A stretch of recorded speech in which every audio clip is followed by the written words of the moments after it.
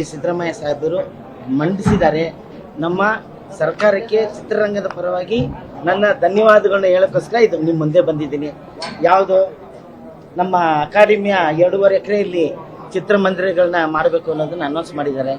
ಇದಕ್ಕೆ ಮುಂಚೆ ಕೂಡ ನಾನು OTT ಮಾಡಬೇಕು, ನಮ್ಮ ಕನ್ನಡ ಚಿತ್ರರಂಗ ತುಂಬ ಕುಸಿತಾ ಇರೋದ್ರಿಂದ ನಮ್ಮ ಸರ್ಕಾರದಿಂದನೇ OTT ಮಾಡಬೇಕು ಅಂತ ಅನೌನ್ಸ್ ಮಾಡಿದ್ದೆ. ಸಾರ್ಗೂ ಕೊಟ್ಟಿದ್ದೆ, ಮತ್ತು ಇಲ್ಲಿ ಬಂದ ನಮ್ಮ ಫೈಲನ್ನು ಕೊಟ್ಟಿದ್ದೆ, ಅದನ್ನು ಕೂಡ ಓಕೆ ಮಾಡಿದ್ದಾರೆ.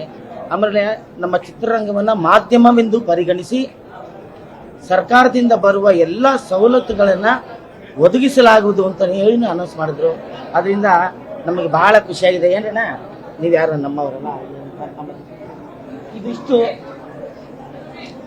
ಅದರಿಂದಾಗಿ ಇವತ್ತಿನ ಬಜೆಟಲ್ಲಿ ಚಿತ್ರರಂಗವನ್ನು ಮುಂದೆ ಇಟ್ಕೊಂಡು, ಜೊತೆಗೆ ಚಿತ್ರಮಂದಿರಗಳಲ್ಲಿ ಎಲ್ಲ ಚಿತ್ರಮಂದಿರಗಳಲ್ಲೂ 200 ರೂಪಾಯಿ ಮಾಡಬೇಕು, ಸರ್ಕಾರದ ವತಿಯಿಂದನೇ ಟಿಕೆಟ್ 200 ರೂಪಾಯಿ ಮಾಡಬೇಕು ಅಂತ ಮಾಡಿದ್ದಾರೆ.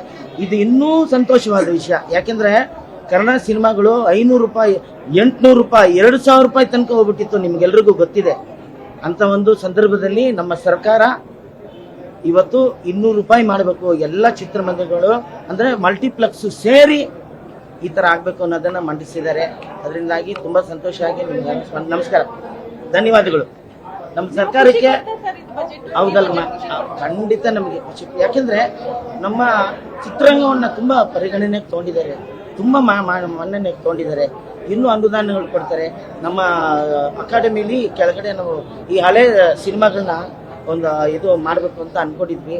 ಅದಕ್ಕೂ ಕೂಡ ಒಂದಷ್ಟು ಅನುದಾನಗಳು ಕೊಡ್ತೀವಿ, ಇಂಪ್ರೂವ್ ಮಾಡ್ತೀವಿ ಅಂತ ಹೇಳಿದ್ದಾರೆ. ಮುಂದಿನ ದಿನಗಳಲ್ಲಿ ನಮ್ಮ ಅಕಾಡೆಮಿ ಕೆಲಸಗಳಂತ ಬಂದಾಗ ಎಲ್ಲ ಕೆಲಸವನ್ನು ನೆರವೇರಿಸ್ತೀವಿ. ನಮ್ಮ ಚಿತ್ರರಂಗಕ್ಕೆ ಒಳ್ಳೆಯದಾದರೆ ನನಗೆ ಅಷ್ಟೇ ಸಂತೋಷ, ನಮ್ಮ ಚಿತ್ರರಂಗಕ್ಕೆ ಅಷ್ಟೇ ಸಂತೋಷ. ನಮಸ್ಕಾರ.